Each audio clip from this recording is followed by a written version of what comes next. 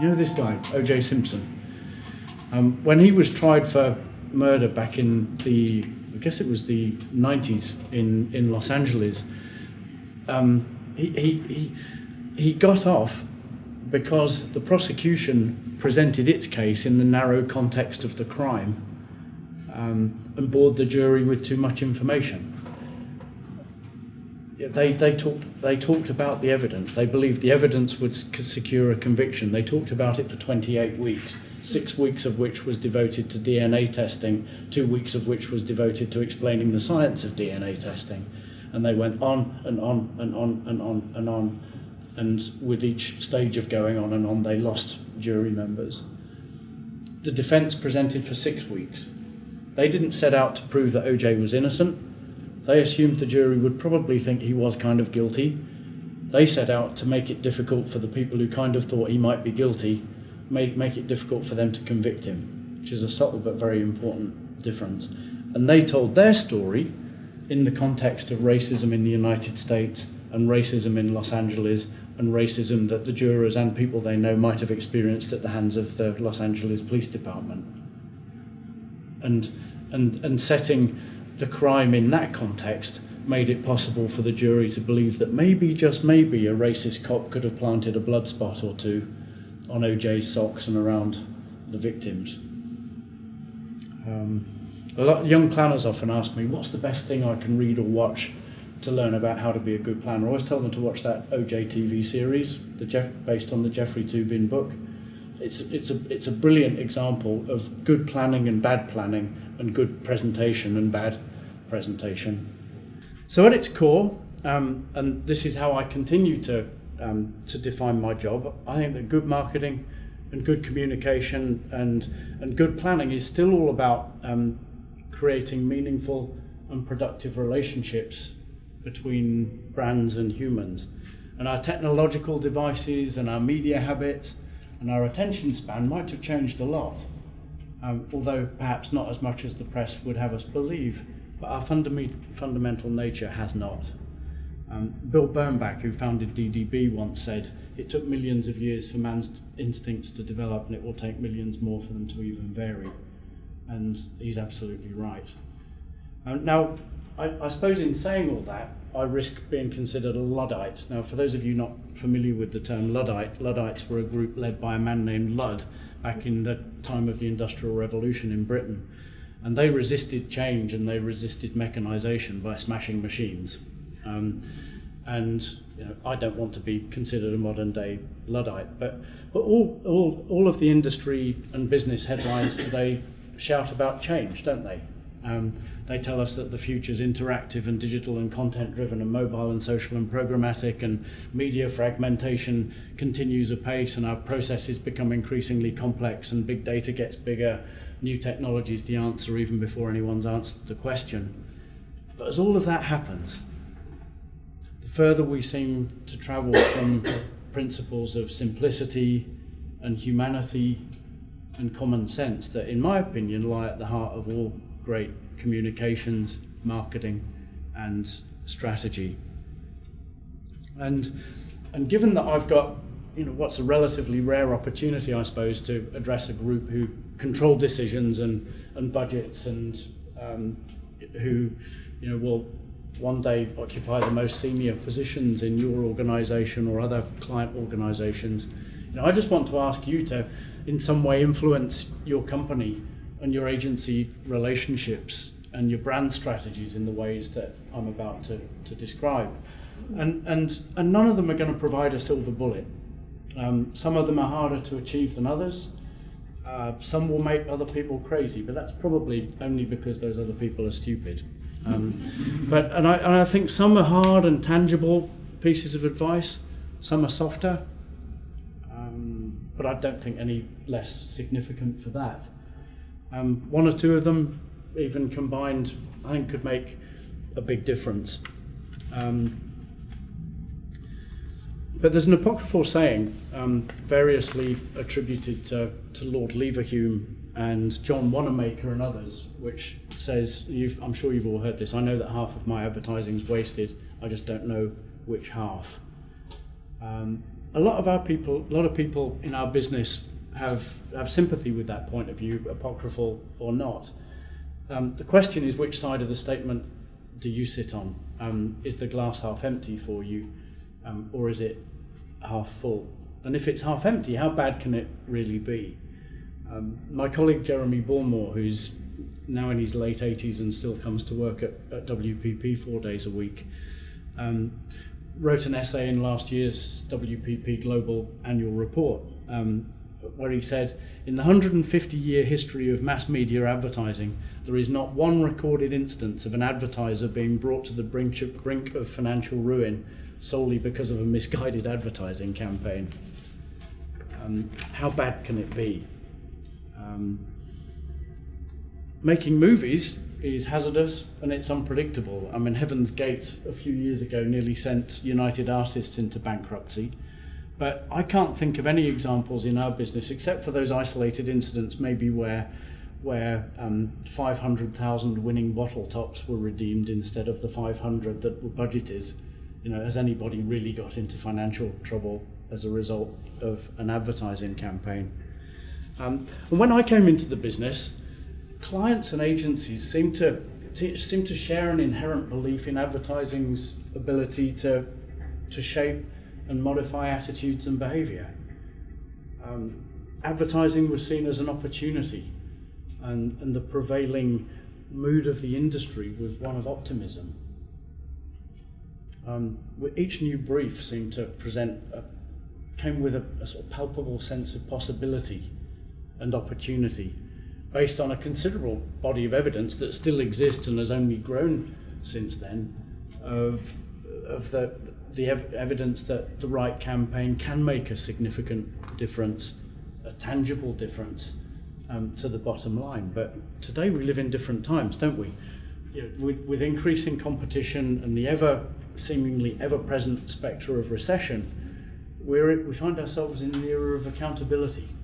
The days of an agency acting as a kind of client consigliere in the way that agencies did when I first came into the business seem long gone. I worked on agency teams where we were effectively extensions of the client's marketing department. I worked with clients who would send their new brand managers to the agency for a briefing on their brands. When the brand manager I worked with had what looked like it was going to be a long-term illness, I was seconded to the client to work as a sort of replacement brand manager for a period of 3 months under very close supervision. But that sort of thing doesn't. I heard a sort of expulsion of air from people when I talked about the briefing on the brands being done by the agency. But we were the guardians of the brands because we'd been connected with those brands longer than any individual at the client organisation. We were effectively sort of working as part of the same company. Anyway, when pitches today are increasingly decided not by client leaders but by procurement departments and processes. And the big brand building idea seems increasingly and depressingly secondary to efficiency. I was asked at a recent industry conference to talk on this question. Is it better to get the campaign right or be able to prove it? Well, I was sort of upset that anybody would even ask me to answer that question. What I should have done is just turn up, stand in front of the room and say, both. Goodbye.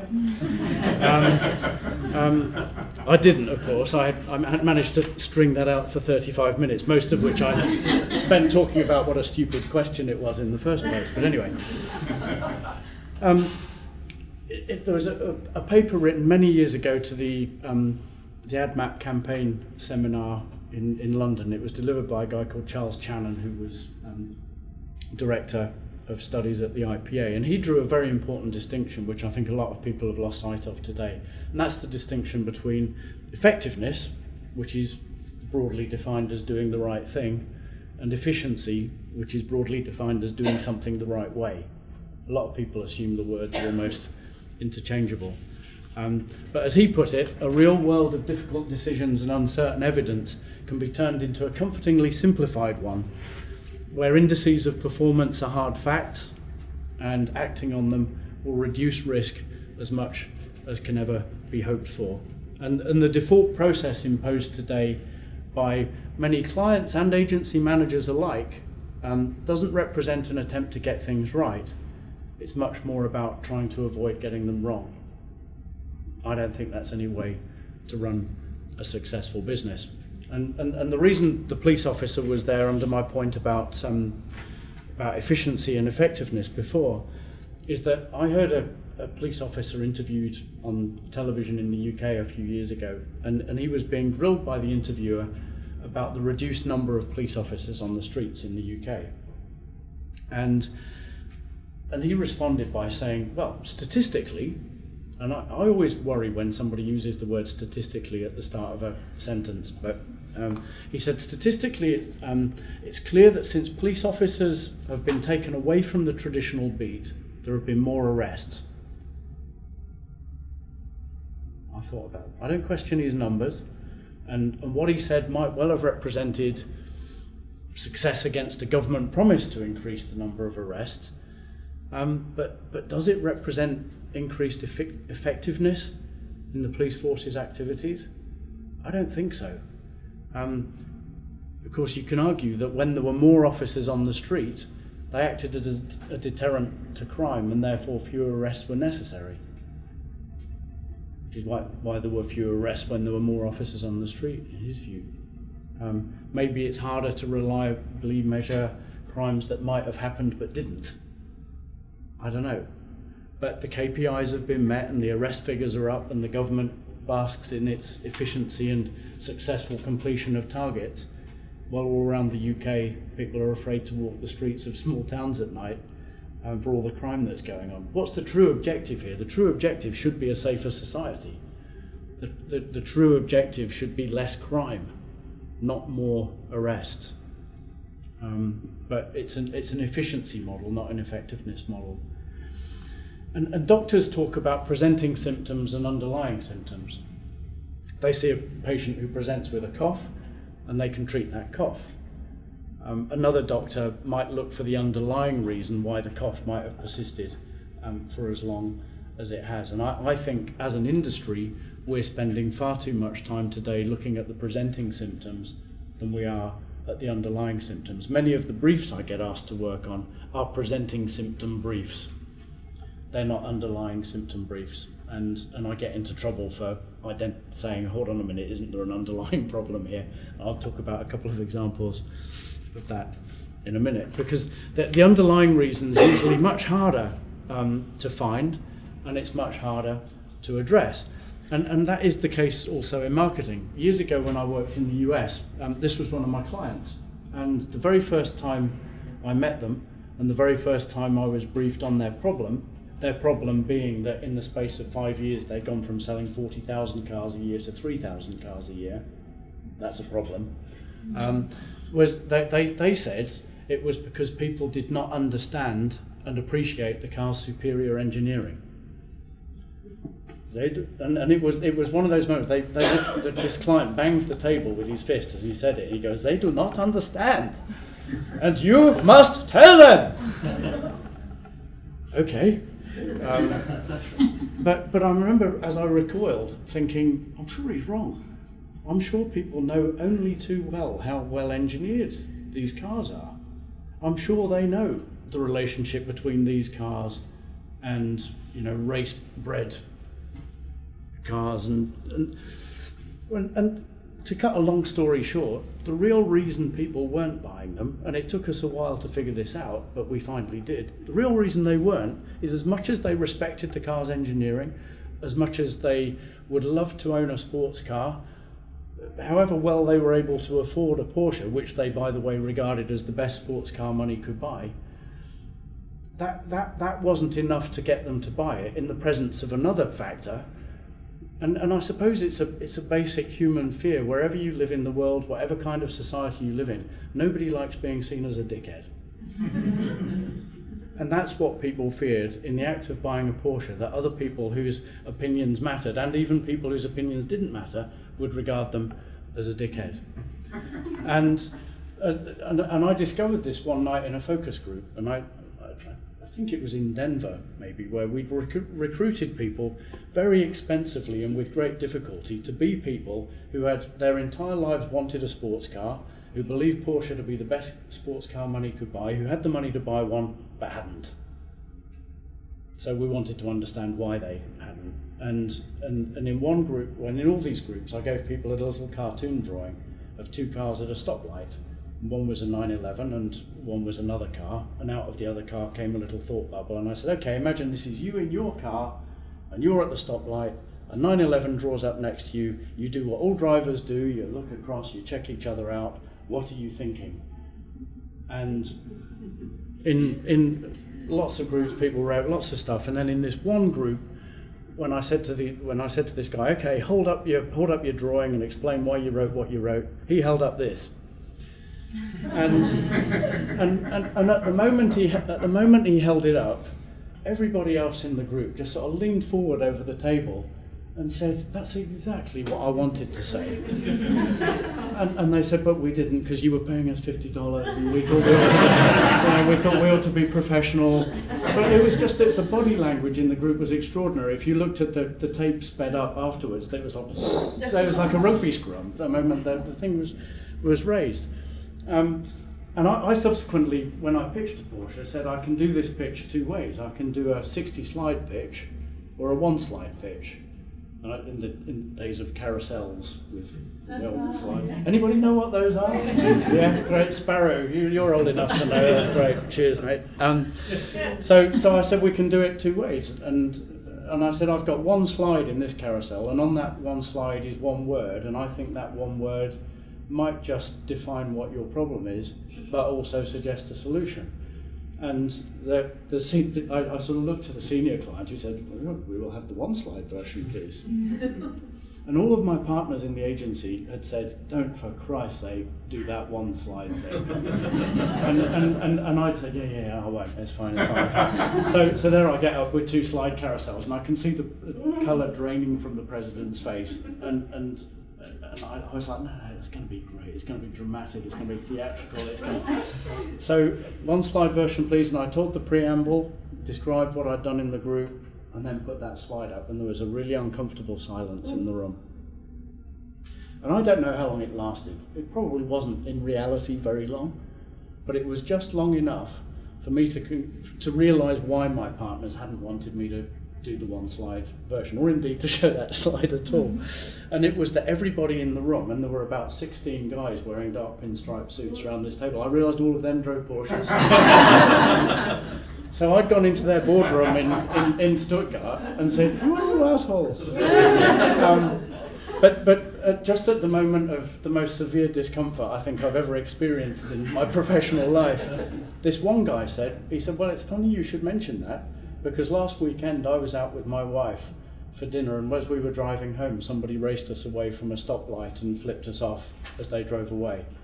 And somebody else said, well, I had my car keyed 3 weeks ago. And it kind of went round the table. Everybody said, and everybody had an experience of someone treating them badly as a result of the car they were driving. And this was in Germany, which should be the one place in the world where it's kind of okay. And you then amplify that for the United States, and they understood absolutely through the lens of their own experience. And their executives still talk about communication needing to address the asshole factor.